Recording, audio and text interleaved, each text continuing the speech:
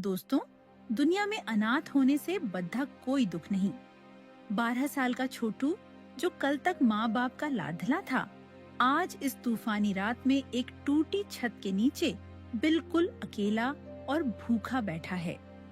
माँ, बाबा, मुझे बहुत डर लग रहा है। आप मुझे अकेले छोड़कर क्यों चले गए? बहुत जोर की भूख लगी है माँ। कल से कुछ नहीं खाया। लोग मुझे खाना नहीं देते, कहते हैं मैं भिखारी हूँ। पर मैं भिखारी तो नहीं हूँ ना माँ। मुझे यहाँ नहीं रहना माँ, ये दुनिया बहुत बुरी है। प्लीज मुझे अपने पास बुला लो। अगली सुबह पेट की आग बुझाने की उम्मीद लेकर छोटू बाजार निकला। काका, कल रात से कुछ नहीं खाया, कोई काम दे दो। मैं झाड़ू लगा दूंगा, बर्तन धो दूंगा, बदले में बस एक बासी समोसा दे दीजिए। अरे चल चल आगे बढ़। सुबह सुबह कहाँ से आ जाते हैं मनहूस। अभी बोहनी का वक्त है और इसे खैरात चाहिए। हाथ पैर तो सलामत है, काम क्यों नहीं करता? मुफ्त की रोटियां तोड़ने की आदत लग गई है तुम जैसे भिखारियों को। नहीं काका, मैं भिखारी नहीं हूँ, मैं काम मांग रहा हूँ। बस पेट की आग बुझानी है। निकल यहाँ से, वरना गर्म तेल के छींटे मार दूंगा। छोटू डर कर पीछे हट जाता है। वह सड़क के दूसरी तरफ जाकर एक बड़े पेड़ के नीचे बैठ जाता है। माँ कहती थी, बेटा कोई काम छोटा नहीं होता, बस नीयत साफ होनी चाहिए। अगर मुझे खाना नहीं मिल रहा तो क्या हुआ, मैं खुद खाना बना सकता हूँ। माँ ने मुझे दाल में तड़का लगाना सिखाया था। मैं अपनी मेहनत की रोटी कमाऊंगा। हिम्मत करके छोटू ने कचरे के डिब्बों और कुछ ईंटों से अपना छोटा सा ढाबा बनाया। उसके पास बड्ढे बर्तन या मसाले तो नहीं थे, लेकिन माँ की दी हुई सीख और मेहनत का जज्बा पूरा था। अरे भाई, क्या खुशबू है, कसम से गांव की याद दिला दी। ओ बेटे, इधर देखो, क्या पका रहे हो भाई?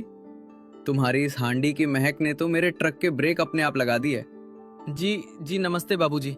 वो मैं तो बस सादी दाल और रोटी बना रहा हूँ, इसमें कोई मसाले नहीं है बाबूजी। गरीब का खाना है, शायद आपके लायक ना हो। वो सामने रॉयल ढाबा है ना, वहाँ बहुत अच्छा खाना मिलता है, आप वहाँ चले जाइए। अरे छोड़ो भी उस रॉयल ढाबे को।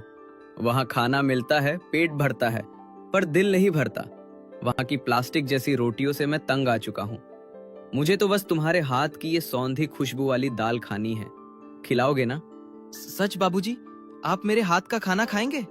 बैठिए ना बाबूजी, मैं अभी आपको एकदम गर्मा गर्म फुल्का सेक कर देता हूँ, बस 2 मिनट। राजेश मजे से खाना खाने लगता है। तभी सेठ गिरधारी वहाँ आ धमकता है। ए सलत छाप, ये क्या तमाशा लगा रखा है? सेठ जी, मैं तो बस पेट पालने के लिए। पेट पालने के लिए मेरी दुकान के सामने गंदगी फैलाएगा? ये जमीन मेरे बाप की नहीं है, पर यह इलाका मेरा है। मेरे ग्राहकों को अपनी सड़ी हुई दाल खिलाकर बीमार करेगा? ए सेठ, खबरदार जो बच्चे के सामान को हाथ लगाया। गरीब है तो क्या हुआ, मेहनत कर रहा है, चोरी नहीं। और तेरा खाना मैंने खाया है, रबर जैसी रोटियां देता है तू। इस बच्चे के खाने में जो स्वाद है वो तेरे मसालों में भी नहीं। ट्रक वाले, तू अपनी औकात में रह, मुझे ज्ञान मत दे। और सुनो 2 टके के हलवाई, आज तो तुझे छोड़ रहा हूं क्योंकि तू बच्चा है, लेकिन अगर कल सुबह तू या तेरा ये ईंट पत्थर यहां दिखा तो तेरी टांगे तोड़कर तेरे हाथ में दे दूंगा, समझ गया? भाग यहां से। सेठ की धमकी और सर्दी का सितम दोनों ने छोटू को डराने की कोशिश की, लेकिन छोटू जानता था कि अगर वो आज हार गया तो कल का सूरज नहीं देख पाएगा। उफ, आज तो हाथ भी काम नहीं कर रहे। माँ, देख रही हो ना, बहुत ठंड है। पापा मुझे अपनी जैकेट में छुपा लेते थे, आज कोई नहीं है मुझे छुपाने वाला। लेकिन माँ, मैं रोऊंगा नहीं, मैं मेहनत करूंगा। देखना, एक दिन मेरा भी बड़ा होटल होगा, बस आप ऊपर से आशीर्वाद देना। चूल्हा जलता है। आग की गर्मी से छोटू के चेहरे पर थोड़ी राहत आती है। वह फिर से रोटियां बेलना शुरू करता है। उस रात ठंड और भी ज्यादा बढ़ गई थी। छोटू ने दिन भर की मेहनत के बाद अपने लिए थोड़ी सी दाल और 2 रोटियां बचाकर रखी थी। वह खाने ही बैठने वाला था कि तभी अंधेरे में उसे कुछ परछाइयां दिखाई दीं। बेटा, ओ बेटा, क्या थोड़ा पानी मिलेगा? हम लोग बहुत दूर से पैदल आ रहे हैं। गांव अभी कोसों दूर है। मेरे बच्चे को बहुत जोर की भूख लगी है। पानी नहीं काका, खाना खाइए। आप लोग बैठिए, मैं अभी देता हूँ। बेटा, भगवान तेरा भला करे, पर पतीला तो खाली हो गया। तूने अपना हिस्सा भी हमें दे दिया। अब तू क्या खाएगा बेटा? तू भी तो भूखा होगा। अरे नहीं काकी, आप चिंता मत कीजिए। मेरे पास आज की कमाई के पैसे हैं। मैं कल सुबह दुकान खुलने पर कुछ खरीद कर खा लूंगा। मेरा पेट भरा है, बस आप लोग भूखे मत सोइए। बेटा, हमारे पास तुझे देने के लिए पैसे तो नहीं हैं, पर रास्ते में हमने ये कुछ सूखी लकड़ियां जमा की थी। रात बहुत ठंडी है बेटा, इन्हें जला लेना। ये तुझे ठंड से बचाएंगी। शुक्रिया काका, मुझे इसकी बहुत जरूरत थी। उस परिवार को विदा करने के बाद छोटू आग सेकने बैठा ही था कि एक लाचार और बेहद कमजोर बूढ़े बाबा लड़खड़ाते हुए वहां आए। बेटा, क्या थोड़ा सा खाना बचा है? 2 दिन से अन्न का एक दाना नहीं खाया। भूख के मारे अब तो खड़ा भी नहीं हुआ जा रहा। बस एक रोटी मिल जाए तो जान में जान आ जाए। माफ करना बाबा, आप थोड़ी देर पहले आते तो मैं आपको खाली हाथ नहीं जाने देता। अभी एक परिवार आया था, बच्चे रो रहे थे तो मैंने बचा हुआ सारा खाना उन्हें खिला दिया। अब तो पतीले में खुरचन भी नहीं बची है बाबा। मैं बहुत शर्मिंदा हूँ। हे राम, कोई बात नहीं बेटा, तेरी गलती नहीं है।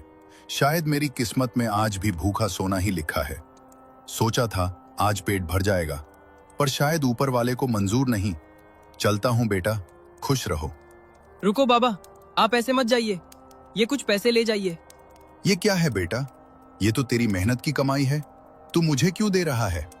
बाबा, मेरे पास खाना तो नहीं है, पर ये आज की मेरी पूरी कमाई है। सामने वाली दुकान अभी खुली होगी, आप वहां से अपने लिए भरपेट खाना खरीद लीजिए। प्लीज मना मत करना। जुग जुग जियो मेरे बच्चे।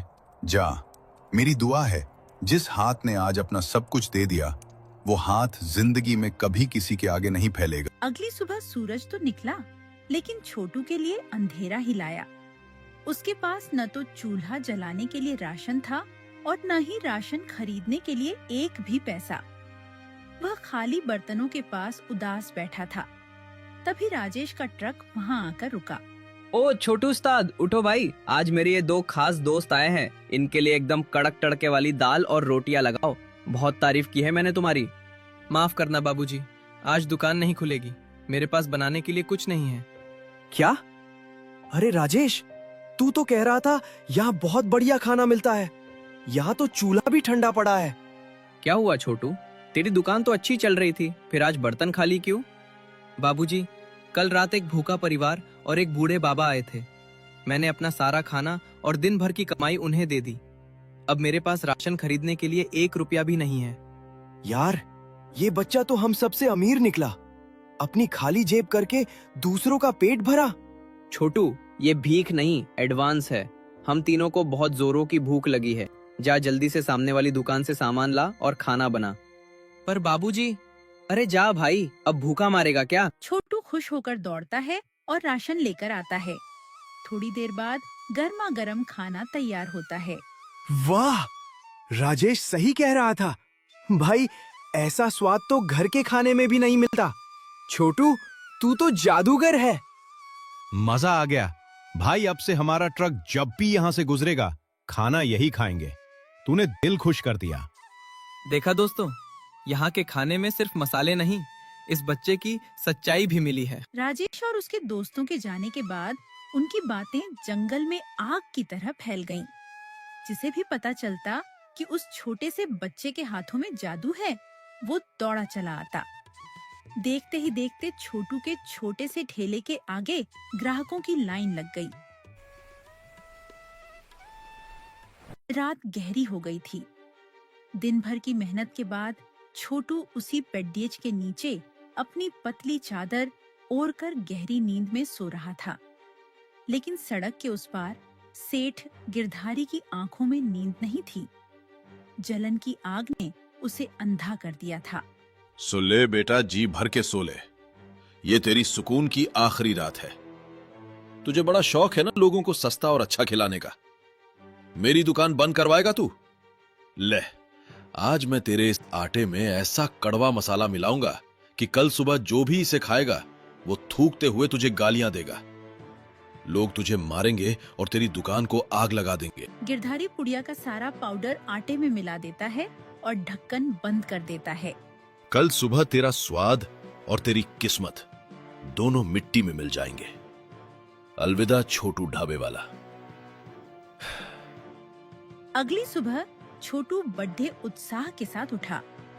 उसे जरा भी अंदाजा नहीं था कि जिस आटे से वो रोटियां बना रहा है उसमें गिरधारी ने नफरत का जर मिला दिया है।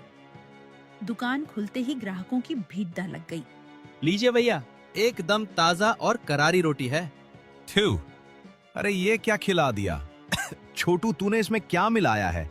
कड़वा जहर है ये तो। अरे बाप रे, मेरे पेट में मरोड़ उठ रही है। लगता है इसने सड़ा हुआ आटा इस्तेमाल किया है। पैसे कमाने के लालच में हमें जहर खिला रहा। नहीं भैया, कसम से मैंने कुछ नहीं मिलाया। मैं तो वही आटा लाया था। विश्वास कीजिए, मैं आपको धोखा क्यों दूंगा। तभी सेठ गिरधारी भीड़ को कीरते हुए बीच में आ जाता है। देखा, मैंने पहले ही कहा था, ये सड़क छाप लोग हैं। इन्हें साफ सफाई से क्या मतलब? ये अनाथ है, इसे क्या पता ईमानदारी क्या होती है।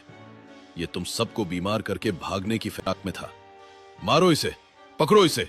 नहीं सेठ जी, ऐसा मत कहिए, मैंने कुछ नहीं किया। सेठ, गिरधारी तो अपना काला काम करके चला गया, लेकिन छोटू को इसकी भनक तक नहीं थी।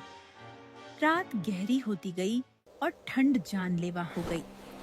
छोटू ठंड से बुरी तरह कांपते हुए नींद से जाग गया। आज तो ठंड बर्दाश्त नहीं हो रही। जलाने के लिए एक लकड़ी भी नहीं बची। सारी लकड़ियां तो खत्म हो गई। अब क्या करूं? और ये भूख, ऐसा लग रहा है पेट में आग लगी है। कल से एक दाना नहीं खाया।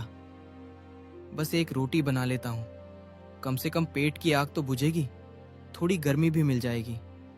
रोटी का पहला टुकड़ा खाते ही अजीब कड़वा स्वाद है, पर भूख के आगे सब स्वाद फीका है। छोटू पूरी रोटी खा लेता है, लेकिन खाते ही कुछ सेकंड बाद उसे चक्कर आने लगते हैं। ये मेरे पेट में क्या हो रहा है? सब कुछ घूम क्यों रहा है? माँ, मुझे बहुत अजीब लग रहा है। माँ। छोटू बेहोश पड़ा है, आग बुझ चुकी है। अब वहाँ सिर्फ अंधेरा, ठंड और सन्नाटा है। अगली सुबह राजेश का ट्रक वहाँ आया। ओ छोटू, उठ जा भाई, सवेरा हो गया। आज तो हम डट कर नाश्ता करेंगे। देख, मैं तेरे लिए नया स्वेटर भी लाया हूँ। अरे, लगता है आज कुंभकर्ण की नींद सो रहा है। ओए छोटू, उठ जा उस्ताद। छोटू, मजाक मत कर भाई, आंखें खोल। छोटू का शव ठंडा पड़ा है। वो अब इस दुनिया में नहीं रहा। नहीं छोटू, तू ऐसा नहीं कर सकता। उठ जा मेरे भाई। अरे देखो इसे, ये सांस नहीं ले रहा। इसका शरीर तो बर्फ हो गया है। ये क्या हो गया राजेश? कल तक तो ये हंस रहा था, आज? मुझे माफ कर दे छोटू, मैं तुझे बचा नहीं पाया। तूने हम सबको खाना खिलाया और खुद भूखा मर गया। नहीं, ये भूख से नहीं मरा, इसके मुंह पर झाग है। किसी ने इसे मारा है, किसी ने मेरे भाई को जहर दिया है। थोड़ी ही देर में पुलिस की जीप सायरन बजाते हुए वहाँ आ पहुँची। इंस्पेक्टर ने छोटू के पास पड़े उस आधे खाए हुए रोटी के टुकड़े और आटे के कनस्तर की जांच की। इस आटे में बहुत तेज जहर मिलाया गया है। ये ठंड से नहीं मरा, इसका कत्ल हुआ है। इस मासूम बच्चे से किसकी दुश्मनी हो सकती है? सिर्फ एक ही आदमी है साहब, जिसे छोटू से नफरत थी।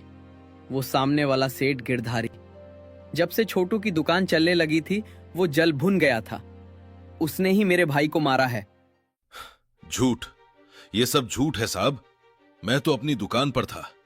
मैं भला एक बच्चे को क्यों मारूंगा? अगर तुम बेगुनाह हो तो तुम्हारे माथे पर इतना पसीना क्यों है? झूठ तुम्हारे मुंह पर हो सकता है गिरधारी, पर जमीन पर नहीं। कल रात बारिश हुई थी, कीचड़ अभी भी गीला है। यहां जूतों के निशान हैं जो इस चूल्हे से सीधे तुम्हारी दुकान की तरफ जा रहे हैं, और तुम्हारे जूतों पर वही कीचड़ और वही सफेद आटा लगा है जो उस कनस्तर में है। अब भी झूठ बोलोगे? साहब, मुझसे गलती हो गई। मैं इसे मारना नहीं चाहता था। मैं तो बस इसे बीमार करना चाहता था ताकि इसकी दुकान बंद हो जाए। मुझे माफ कर दो। बीमार करना चाहता था? तूने एक हंसते खेलते बच्चे की जान ले ली। तेरी माफी से मेरा छोटू वापस आ जाएगा क्या? माफी भगवान देगा, कानून नहीं। अब जेल में सड़ना। तुम्हें ऐसी सजा मिलेगी कि कोई भी अमीर किसी गरीब को कुचलने की हिम्मत नहीं करेगा। चलो। 6 महीने बाद का दृश्य। उसी पेड़ के नीचे अब एक पक्की और सुंदर छोटी सी दुकान है। ऊपर एक बड़ा बोर्ड लगा है, छोटू भोजनालय। यहाँ गरीबों को मुफ्त खाना मिलता है। देख रहा है ना छोटू, आज तेरी दुकान में कोई भूखा नहीं है। तेरा सपना पूरा हो गया मेरे भाई। जब तक मैं जिंदा हूँ इस चूल्हे की आग कभी नहीं बुझेगी। जान देकर हम जैसों को जीना सिखा दिया। उसका शरीर चला गया बेटा, पर उसकी रूह आज भी इसी खाने की खुशबू में बसती है। सही कहा बाबा, वो मरा नहीं है, वो हम सबके दिलों में जिंदा है। बुराई चाहे कितनी भी ताकतवर हो, अच्छाई की एक छोटी सी लौ उसे मिटाने के लिए काफी होती है। छोटू की कहानी हमें सिखाती है कि इंसान बद्धा दौलत से नहीं, दिल से होता है।